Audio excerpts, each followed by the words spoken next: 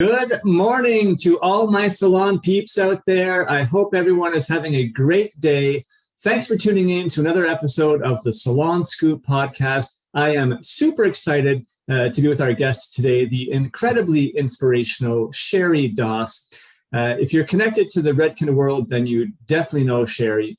If you're not, you will soon see that she is a powerful, powerful light in our industry, and just has so much passion and inspiration to share and energy as well.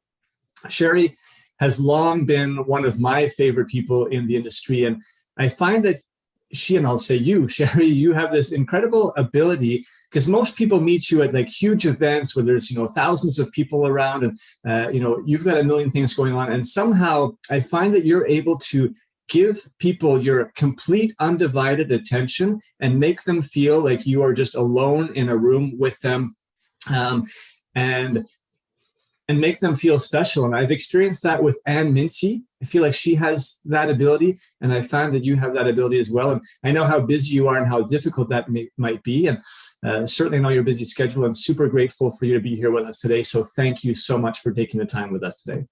Well, I'm super excited to be here as well, Scott. Thank you so much. And, traveling around the world, and you and I initially met when you were the general manager of Redken in Canada. And I just remember what an awesome time I had with you and your team, and just the energy and the spirit and the love and passion that you have for this industry. So I'm happy to be here with you in a different capacity, but still serving the industry. Yeah, absolutely. Now, Sheri, before we actually get into it, we always like to start our show with a S.O.S. signature question. Normally, I have our co-host, Sarah, ask that, but she couldn't join us today. So I'm going to jump in and sort of throw you a bit of a curveball question right off the bat here. Sheri, let's say that you are stuck on a deserted island and can only bring one hair product, one skincare item, one book, and one snack. What do you bring with you? Okay, I love this question. So one hair care item would be the acidic bonding concentrate. I'm going to scratch that. It's actually One United, Redken One United, because that works magic on all hair. And I'm feeling like if I'm stuck on a deserted island, my hair might be all sandy and, get bleached out by the sun and the sea, and I might need One United to be able to manage that. My skincare product would probably be a La Roche-Posay. They have a nice sunscreen. I'm not a great sunscreen user, but I know I'm supposed to be doing that. And again, stuck on a deserted island, probably should use sunscreen. Yeah, right. My snack would be cashews. They have protein. Okay. They're a little sweet. And if you mash them up, they taste quite creamy. So I feel like I could make some kelp pasta with cashew sauce on it. Sounds nice. Good. And then my book, one book.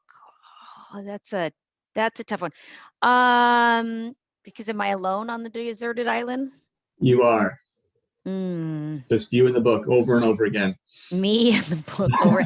There is an amazing book called oh God, I'm not going to remember the exact name of it.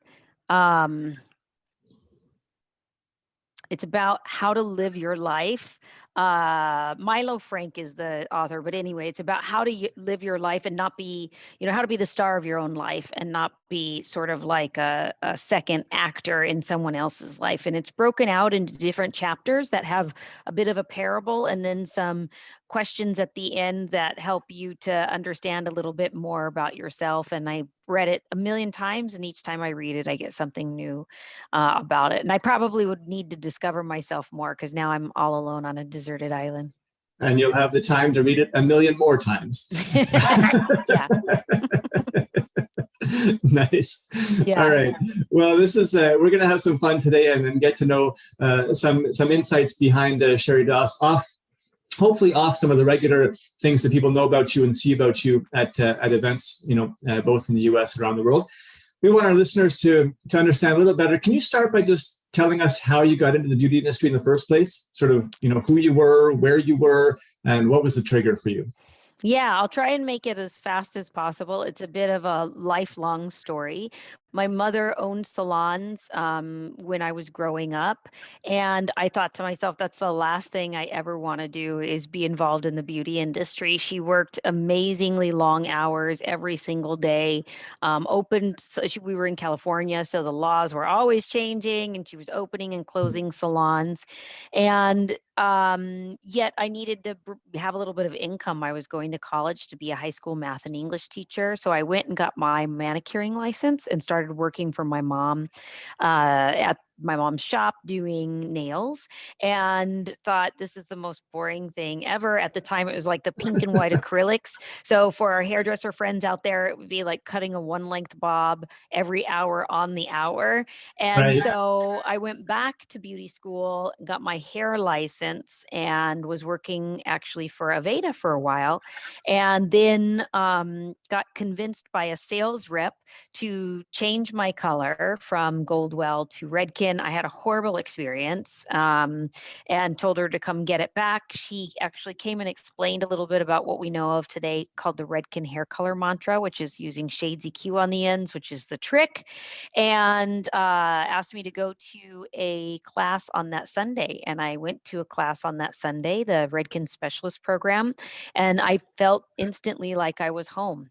So 2 weeks later, I ended up in Las Vegas as a Redken artist, and then about 6 months later, thought, wow, I can go into salons and I can have conversations with salon owners and stylists and help them to be successful and not have to deal with the same things that my mom dealt with. So I asked if I could be full time, and I became full time, stopped going to college, and I just celebrated my 30-year anniversary being partnered with Redken on April 1st.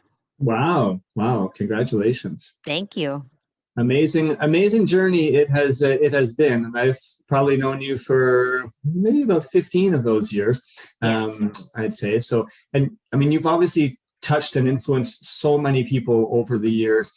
I'd love to know who has been one of the biggest influencers for you. Well, thank you for asking that, Scott. And I think it depends on what, area of my development that we're talking about. I think that you mentioned Ann Mincy earlier, and I'll never forget that there was a moment, I would say around 2004, that I showed up to a training, and I had just gotten engaged. For the record, I've been married twice and divorced twice, for anybody that's Anyone who's keeping count? anyone who's keeping count. So, I'd gotten engaged to the first husband at this time. And I remember one of my friends that I worked with, and she was standing there waiting to chat with me. And of course, a lot was going on. People were congratulating me.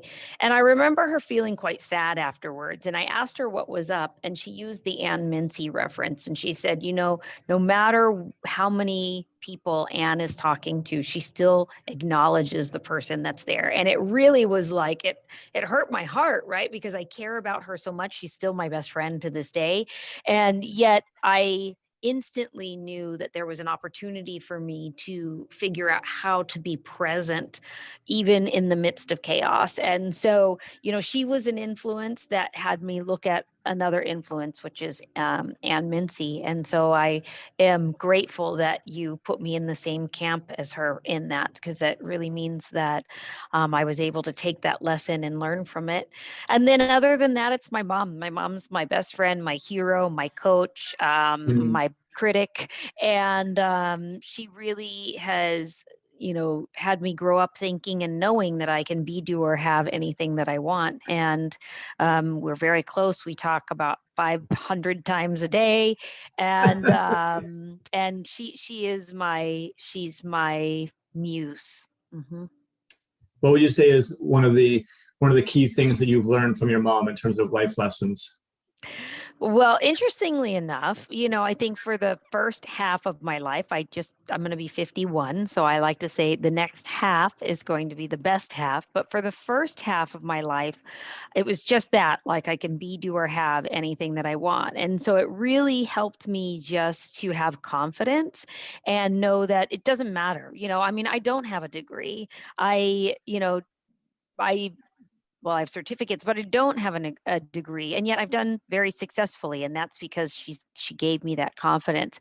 Now her lessons now are a little bit different, and I'm still working through them, to be honest, because it's about how to well, I'm going to write a book, Scott, and it's called The Year the Loudmouth Learned to Use Her Voice.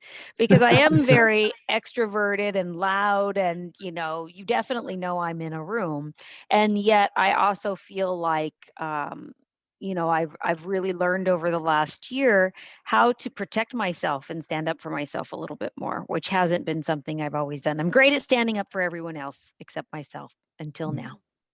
Until now. And that's great. I think that's actually a pretty common trait for many people, not just in our industry, but I mean, especially in our industry as well, right? Sort of lacking some of that self-confidence. So I'm sure all the wisdom that you can share in that book will be hugely valuable for so many. And look forward. Do you have an estimated timeline that we can sort of throw when you think that might actually be done?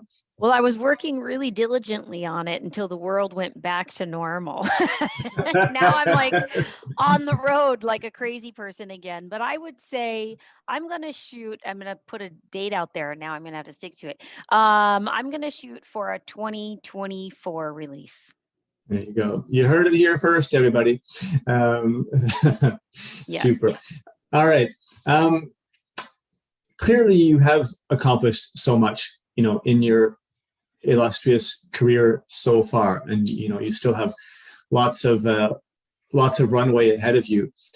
If you could look back at this point, of everything you've done, is there anything in particular that stands out, sort of an accomplishment that you're most proud of so far? Yeah, well, I'm most proud of my relationship with Redken, to be honest. Right now, I represent a few different brands, but my relationship with Redken has been really deep and long.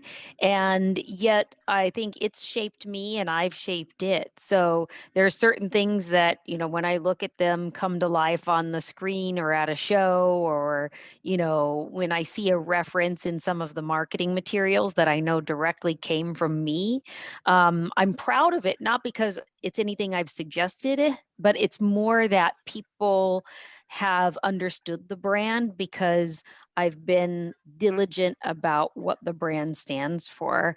There was a time I'll never forget where we were about the consumer, right? And this meeting, it's called the Worldwide Meeting. It happens every year, and it's scripted. We all stand up, everybody knows what we're going to say, or at least our team knows. And I stood up there and I went completely off script and just said, you've heard a lot today about how we're going to go to the consumer, but I'll never let you forget that you first sell to the hairstylist.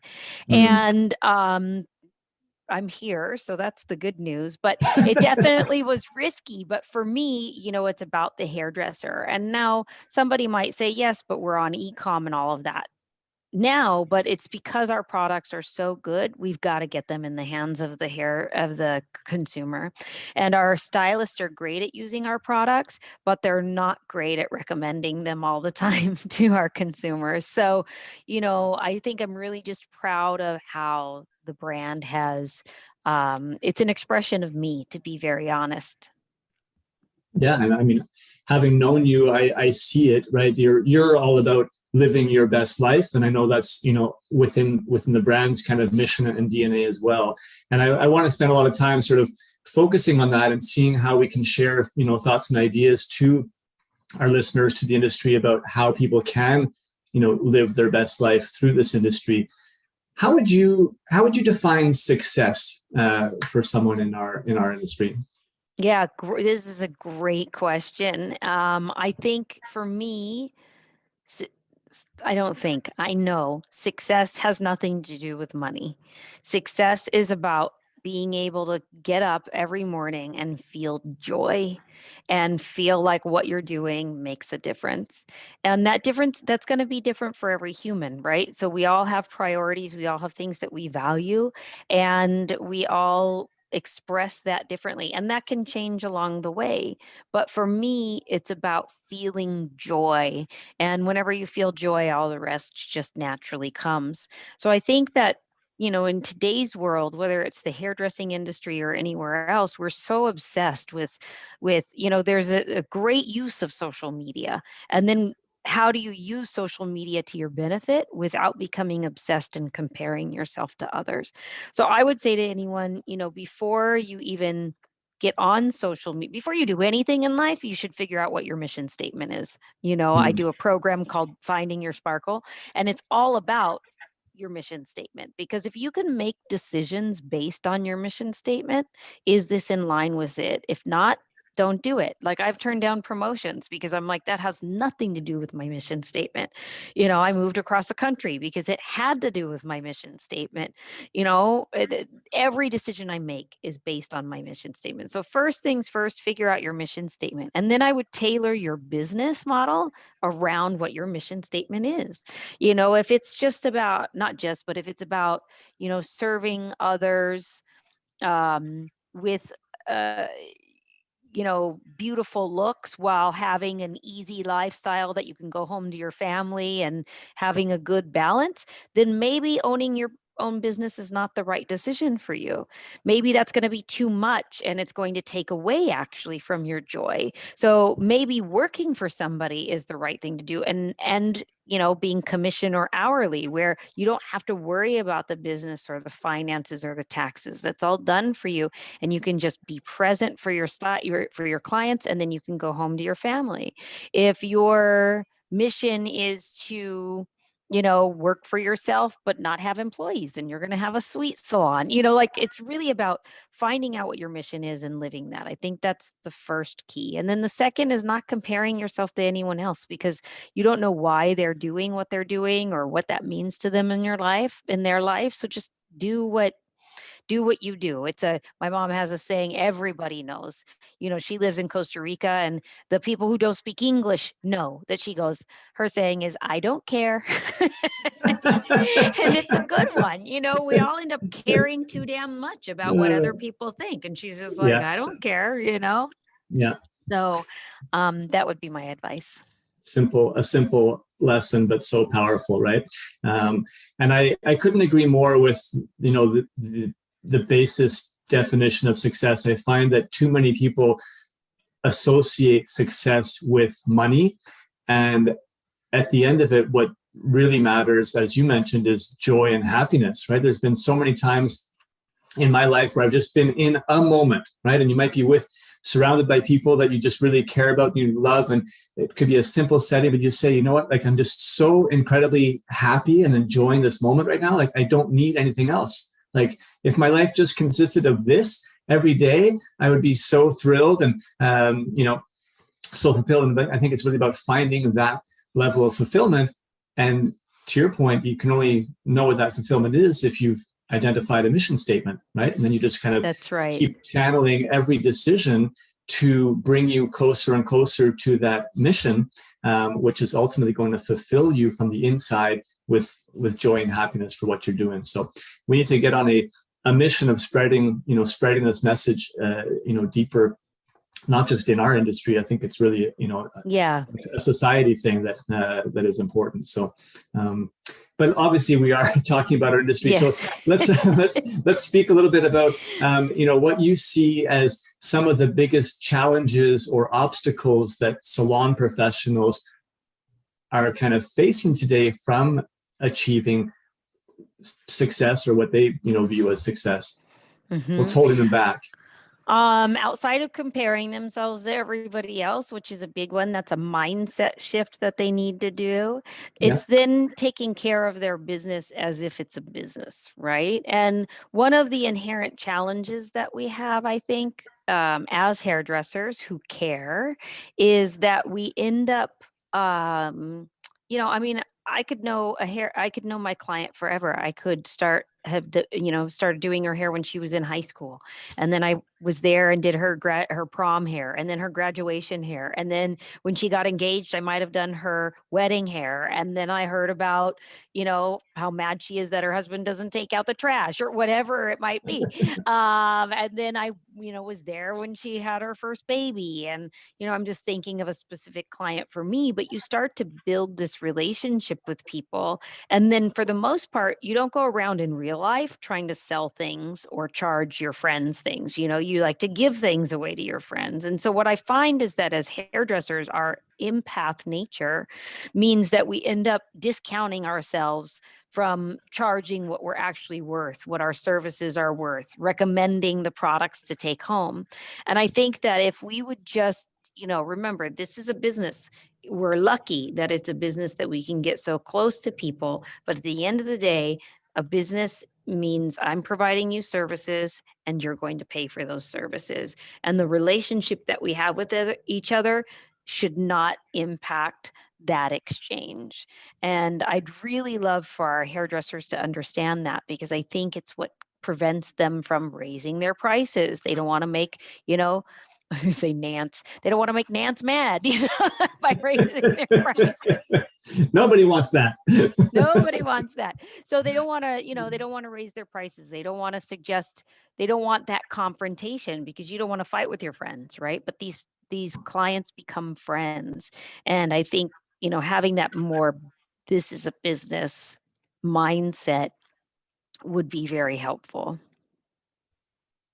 Yeah, that makes total sense. And it is a unique, part of our industry that all of a sudden you think that everybody is your friend. You almost like think of them first as a friend as opposed to a client over time, right? And it's like, now I have 120 friends that come to see me to get their hair done, on a regular basis. And it's not about that. And the other thing, when it comes to you started by talking about, knowing their worth.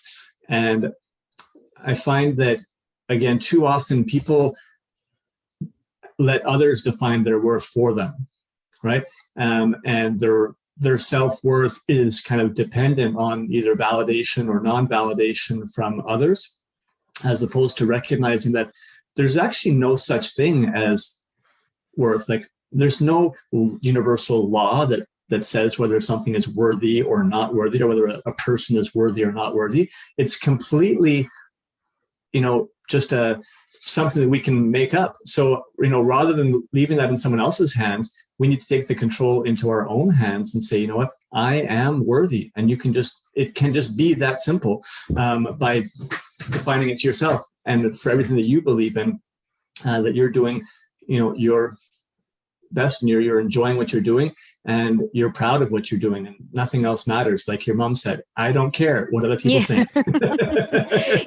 It's such an interesting, I probably could spend hours speaking with you, Scott, but it's such an interesting point that you're making, because, we do go, okay, this is the better balayage. This is how you do a root extension. This is how you do a blah, blah, blah.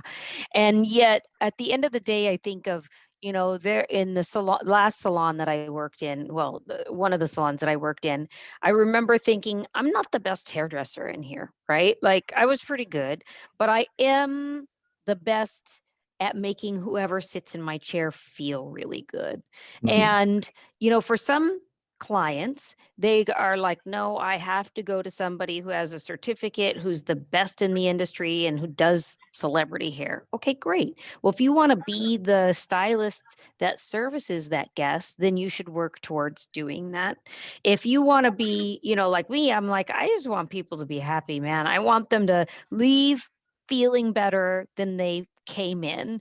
And sometimes that means that, maybe the blow dry isn't going to be as great as, Johnny's blow dry down there, because, she has tough hair to blow dry, and I'm like, oh, it's too much work. I'm just going to give you this kind of a blow dry. I'm not saying be crappy at what you're doing. I'm just trying to say, try and hone your skills and get better, but simultaneously figure out, what kind of clientele you want sitting in your chair. So that to your point, you can feel worthy. If I'm more about making people feel good, then I'll end up attracting those kind of people to me. But it's, I find that in our world, I don't want to sort of hone in on any specific zone or area, but in our world, we're so obsessed with what does your car look like? What does your house look like? How much money do you have in the bank? Where do you go on vacation? And at the end of the day, I mean, I was engaged to a multimillionaire. I've driven an F-40, and my first plane I ever went on was a Cessna. So I know what it's like to be around money, and I can promise you it doesn't make you happy. So at the end of the day, how do you define your happiness and then not worry about what anyone else thinks? Yeah. I've always loved the sort of the saying that, society, we too often we buy things that we don't need with money that we don't have to impress people that we don't even like. Yes. Right. It's a problem, right? It's a problem that we need to get away from. So anyways, part of that is sort of finding models, right? Finding mentors that we can kind of emulate a little bit. And people that have sort of figured some of this out and have a strong sense of self-worth and, are not afraid to be, charging what they are worth and raising prices when they need to and having a more sort of business focus on their careers. Can you share, I mean, you work with so many different people in the industry over all these years. Can you share some mentors in our industry that people could look towards? Yes, absolutely. Well, I think just a good one as it relates to serving the industry and reinventing themselves all the time is Sam Via. Sam Via works with Redken, and he has his own company and is a master with his hands and is continuing to grow and develop by developing a team of people that work with him. And I love that. He also brings people on like Andrew Carruthers, who talks about wellness and health and mental health. And I think that's a great place to start. I think that, Tabitha Coffee is always great for she's a little bit of that I don't care mindset, but in a, very hairdresser way. So I would follow Tabitha and get close to Tabitha Coffee. I love the business model for a salon that Cassandra McLaughlin, she's known by Cassandra Platinum on Instagram, and she just is down to earth and comes with a service mentality and yet has been so successful. So I think she's somebody to look up to. I think Vernon Francois is another person to follow and watch. He's an expert at all textures and patterns of hair and simultaneously loves to give out these very confidence boosting tidbits. And I think, not I think, but let's see, there's so many I could name. Just a down to earth, really great hair colorist that gives good tips and cares about people is George Garcia. Um, I could go on, but those are like my quick faves. Absolutely, absolutely, and clearly, I'll throw it out there. Sheri Doss, is certainly somebody that I think many in our industry can look towards and see so many because you're always pushing positive messages and positivity. And I think the more that what we are, we become what we fill our brains with, right? So the more that you fill yourself with positive messages and confident, reinforcing messages, you're going to become more and more of that in your own world. So expose yourself as much as possible. And thank you for sharing some of those. Let's talk about some techniques and habits that people can kind of get into themselves. What do you do for yourself? I mean, you're obviously a very confident, positive person. Are there any sort of daily habits and rituals that you start your day with to get on the right focus? Absolutely. Well, I joke that I say the first thing that I do when the alarm goes off in the morning, but I think actually the first thing I do when the alarm goes off in the morning is I hit the snooze button. But Yes. but when I finally decide to wake up, no, and turn the alarm off, I do a quick, I guess I think the easiest thing to call it is a prayer. I actually study to be a practitioner for something called Centers for Spiritual Living, and it's called positive mind treatment.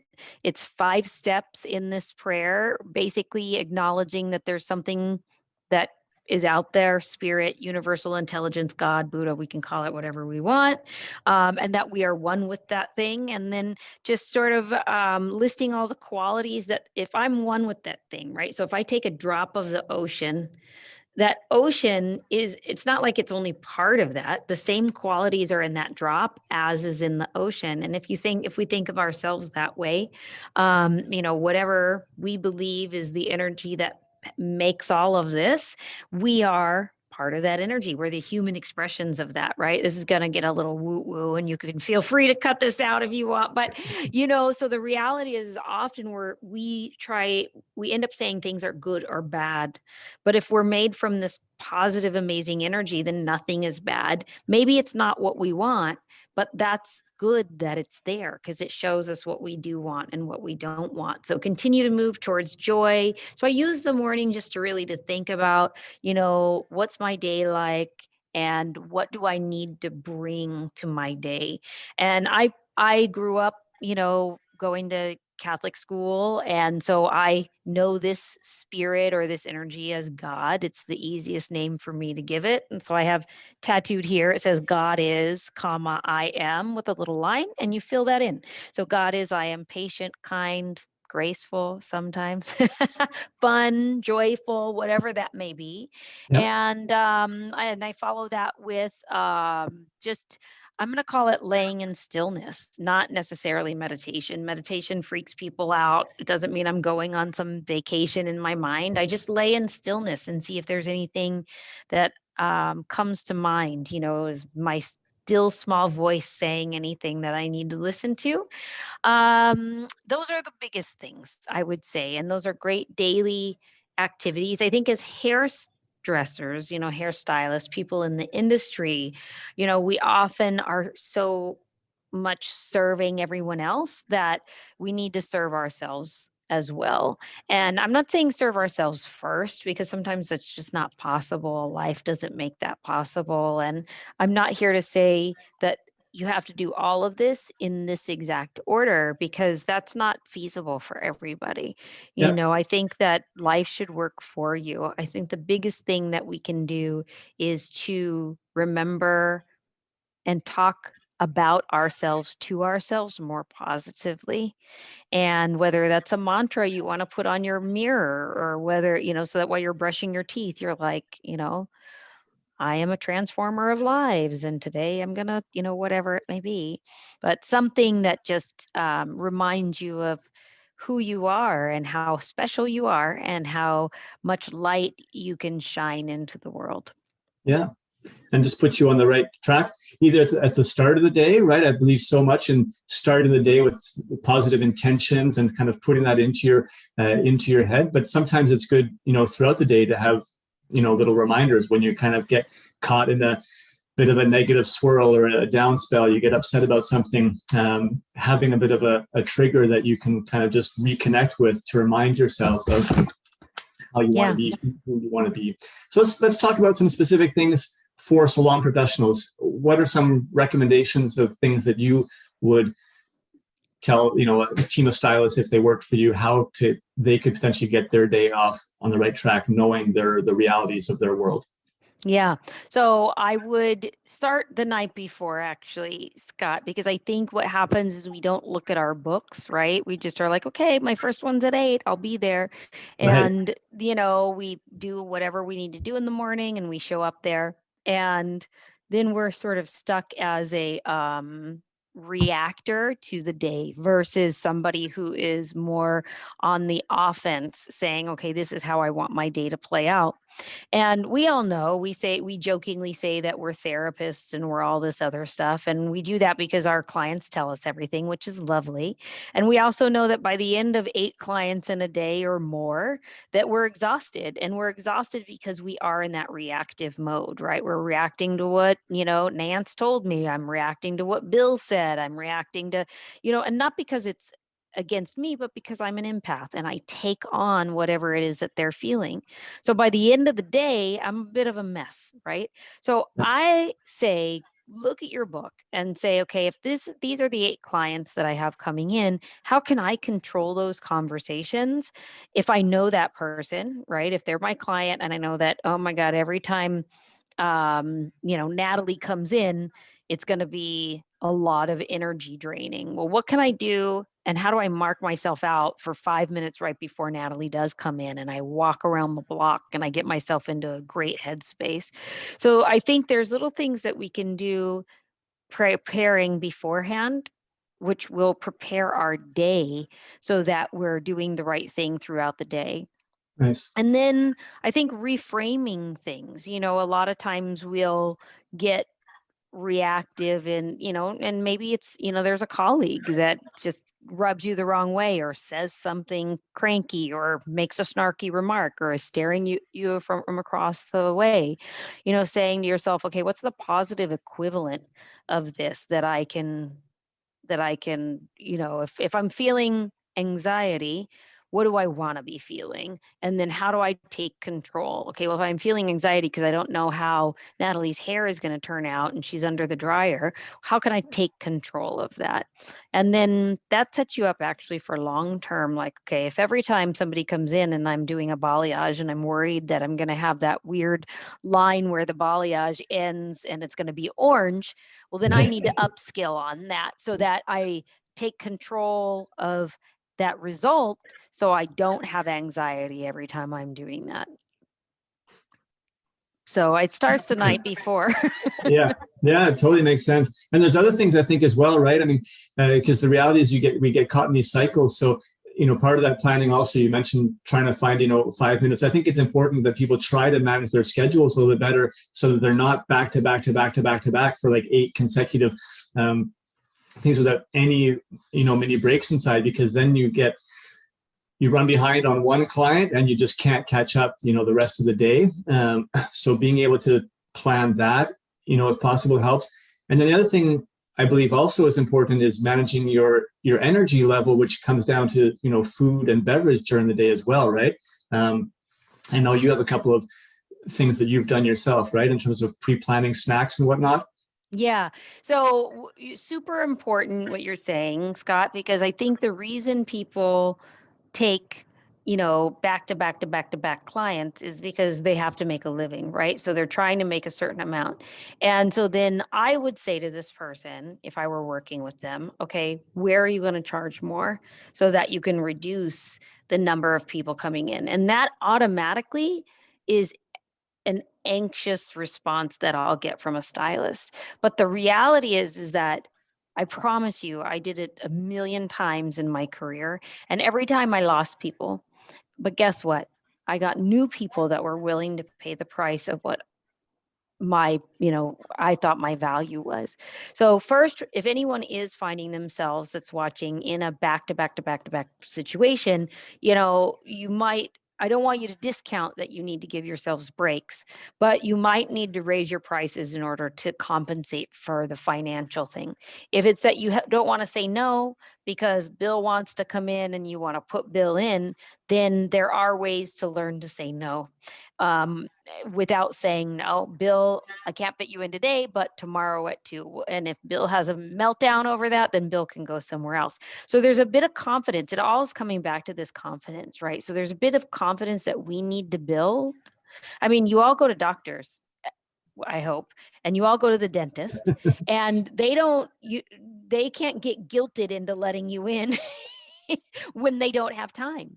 They Yeah. don't all of a sudden double book and then lose out on their lunch because you're making them feel bad. No, that's not what happens. So treat yourself like the professional that you should be treating yourself. And part of taking those breaks is making sure that you're eating and feeding and nourishing yourself throughout the day so that you're not damn hangry, because you don't want to be hangry and have anxiety, because that's not good for anybody while your feet are hurting or whatever else. So I do pre-plan my meals.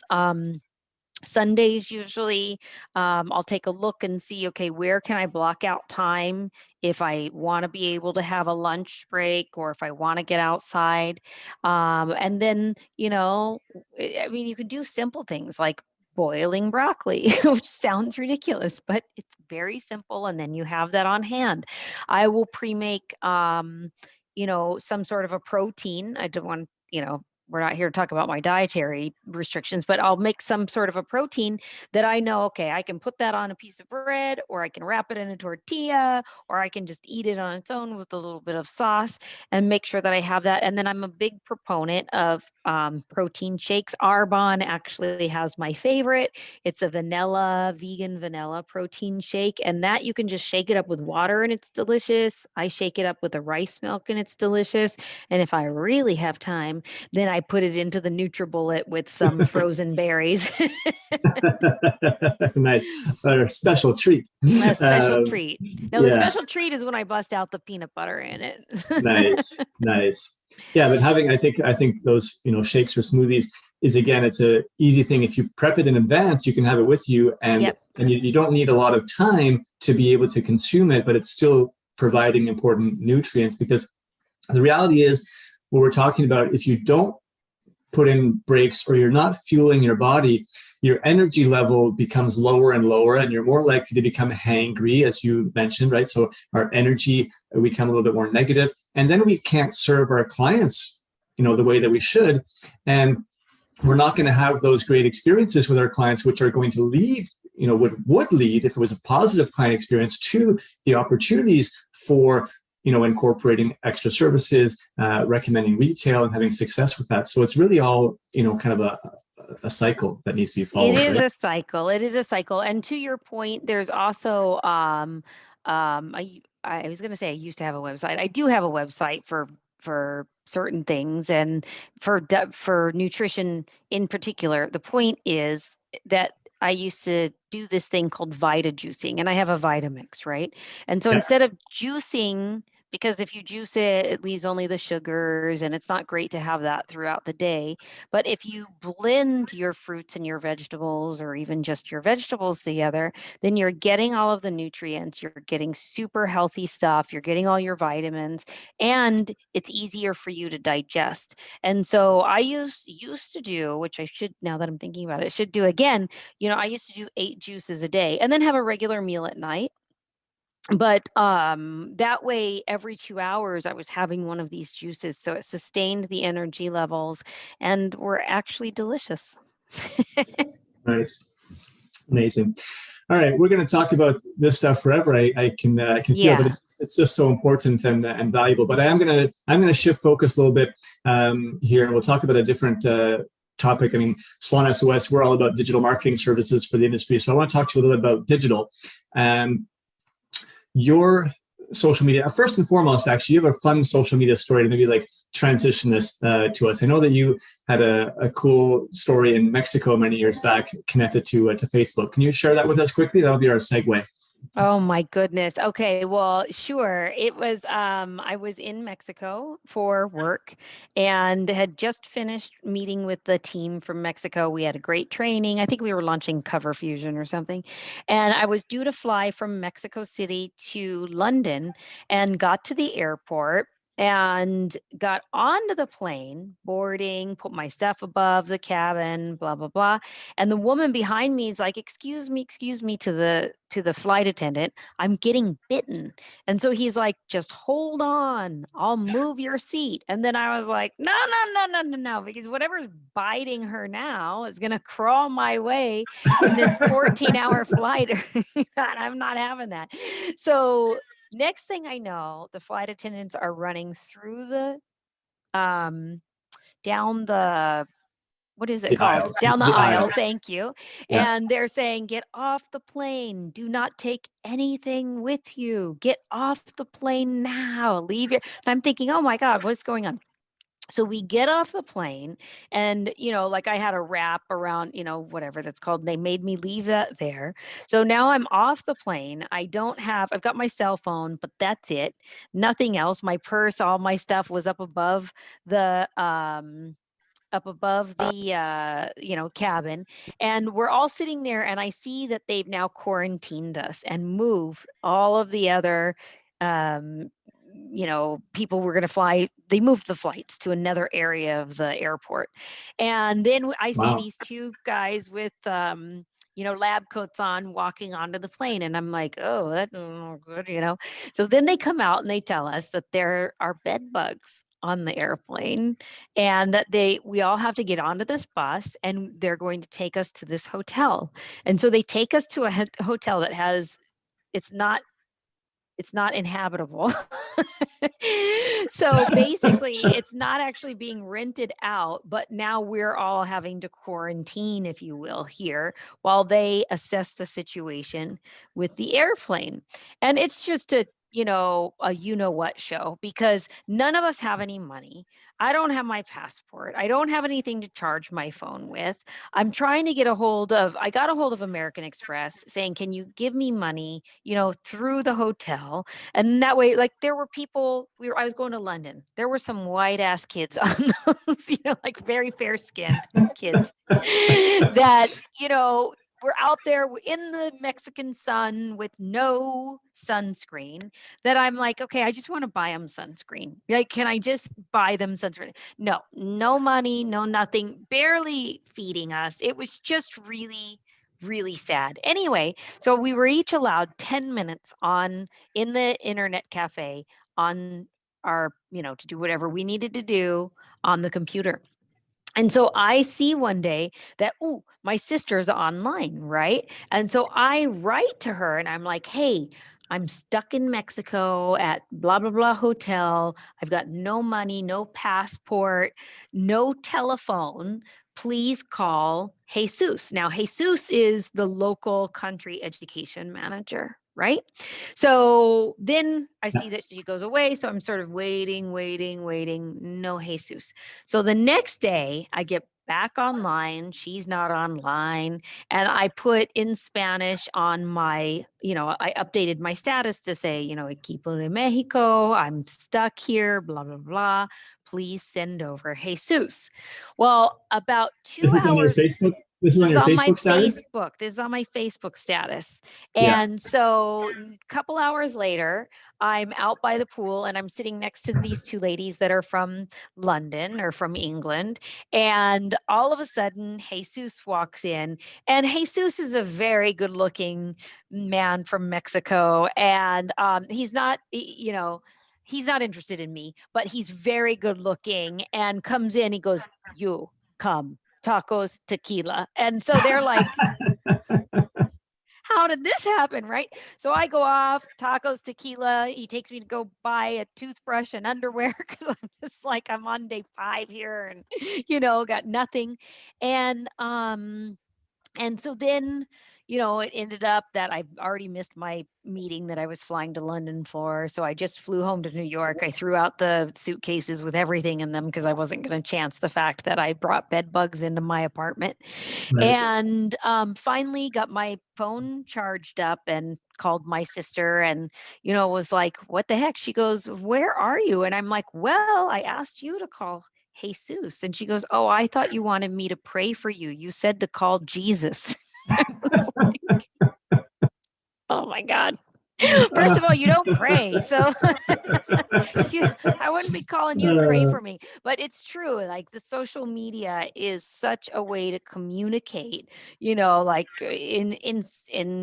in an S.O.S situation. I need help. I'm stuck in Mexico with That's nothing. it. And so for that reason, I love social media. I love social media for its ability, for your ability to connect with friends, family, whoever. And then these days, I love for our industry social media because it is a way for you to sort of put yourself out there. Either this is the work that I do, and so this becomes my digital business card, or if you're an educator and you want to show some hot tips to your other stylist friends, it's a great way to connect that way.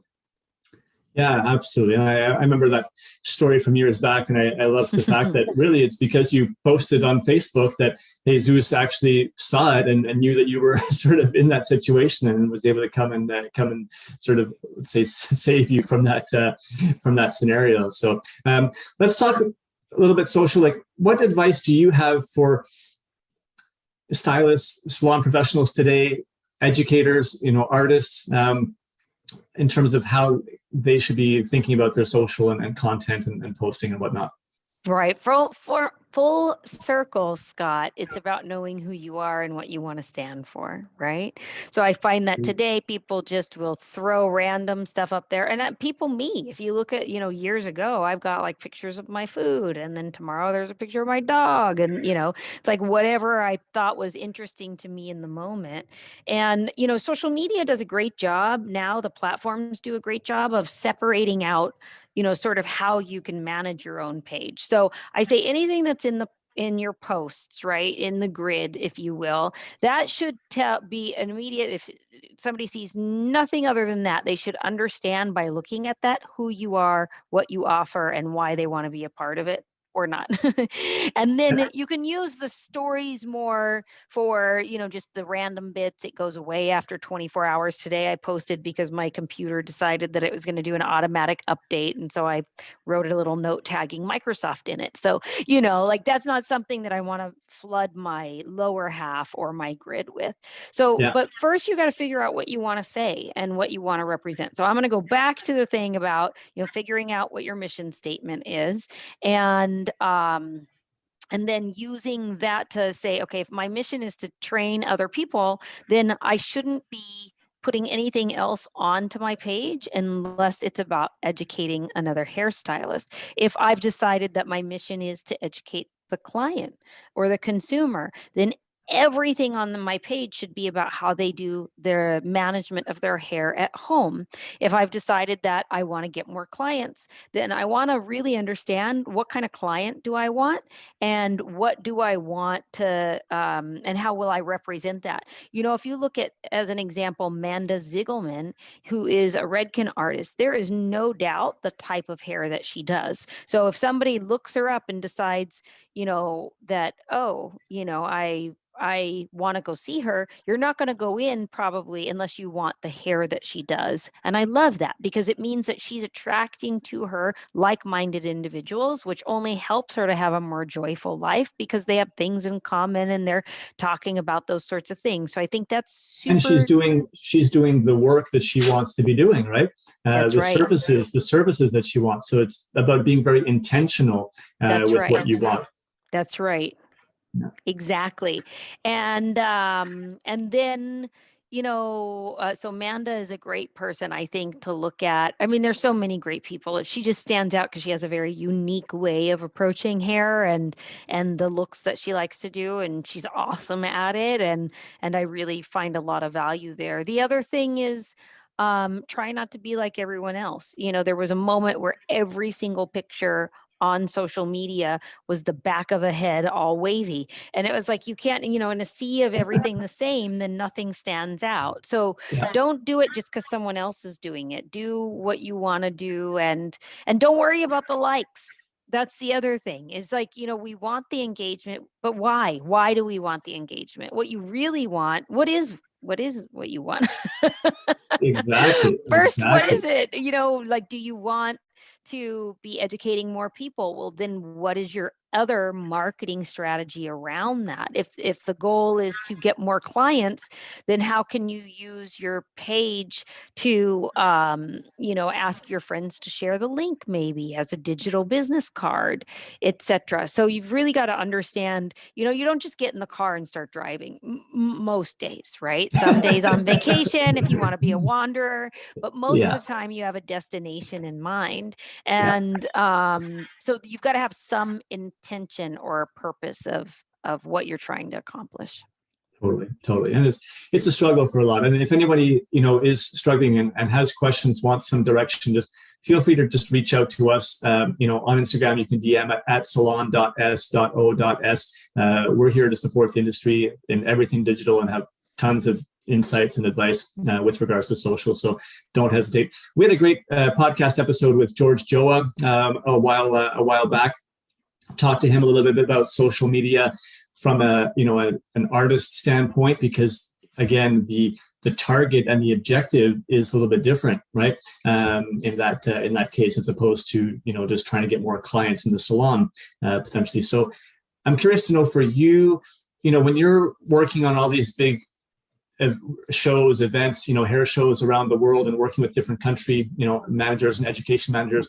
Does the social media impact your selection of artists for these events? Yes, yes, and yes. And not only my selection, Scott, understand that, for the viewers that are watching that are trying to be on a stage in another country, that we have people who are managing the country. Some of them are there for a long time and some of them aren't. Some of them, rotate out. And so if I'm going to come along and I'm going to plan, let's say a symposium, right? Or a symposium on tour, and Yeah. I get recommended somebody from a country, then the first thing I'm going to do is look at their Instagram and see whether I think that they can do the hair in the grand vision of what I'm trying to put on stage. If they don't have any pictures of the hair that they're doing, then forget it. You're not going to get chosen. End of story. Same goes if I recommend somebody. I've had this happen where I recommend somebody to a country education manager and they come back saying they didn't have any pictures of balayage on there. And so can you recommend someone else? And I'm like, oh, like I know that they do good balayage, but they're right. They have no reference to know if Brazil's going to like that hair or not. So their clients in Brazil. So always, always, always put on there, you have to use it for nothing else. You should be using social media as your digital business card. And that should be the one-stop shop. It used to be word of mouth. I got clients from word of mouth. But that's not today's world. Today's world is much more expansive. It's much more global, and things have to be easy for somebody to access as a reference in order to say, yep, that's the person that I want. Boom. Love it. Well said. Mm-hmm. All right. We touched so many different things today. I'm actually excited about that. So hopefully, there's been something for everyone in our industry that they've been able to pick up along a little bit. We're going to close up our conversation with Sheri today with one more S.O.S. signature question, as we always do, Sheri. What advice would you give to somebody starting their career in our industry today? Well, I'd like to start before that and say just start in the industry. It is the most fulfilling industry that you can be in for a long-term career that's can be filled with as many changes as you want it to be filled with. I've done everything from standing behind the chair to doing select clients, to flying to do clients, to educating in local salons, to now working with all of the countries on their shows and their events and their expressions. And so there's so much opportunity here. So join the industry. That's the first thing I have to say for any young person out there looking to find themselves. It's the most welcoming industry. If you've just joined the industry, then get in touch with people. I answer every single DM that I get. So unless it's really weird and I'm like, you might be trying to fish for something, don't hack my account. No, so I answer every single DM that I get. And again, I've been doing this a really long time. I'm always happy to have conversations with people and point them in the right direction because it's not a one size fits all. And then just find out who you are and what you want to be. And if you want to go, I have a series that I did over Christmas called the 12 Days of Christmas, which isn't about Christmas at all. It's actually about putting together your mission statement. And so I did 12 days of the different steps, and people can look at that and do their homework, and they can end up writing their mission statement. So reach out to me, reach out to Scott. He's got a lot of things that he could guide and direct you to, and enjoy the ride because there's a lot of great things that can happen.